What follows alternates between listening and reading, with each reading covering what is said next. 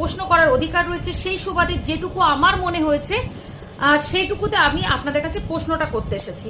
আমার শুধু প্রশ্ন একটাই, যে এই 26,000 শিক্ষকের চাকরিটায় কি মানে আপনাদের মনে হচ্ছে যে শুধু চলে গেছে? আপনাদের একবারও মনে হয় না প্রত্যেকটা ঘরের, প্রত্যেকটা বাবা মায়ের জীবনের চাকরি চলে গেছে?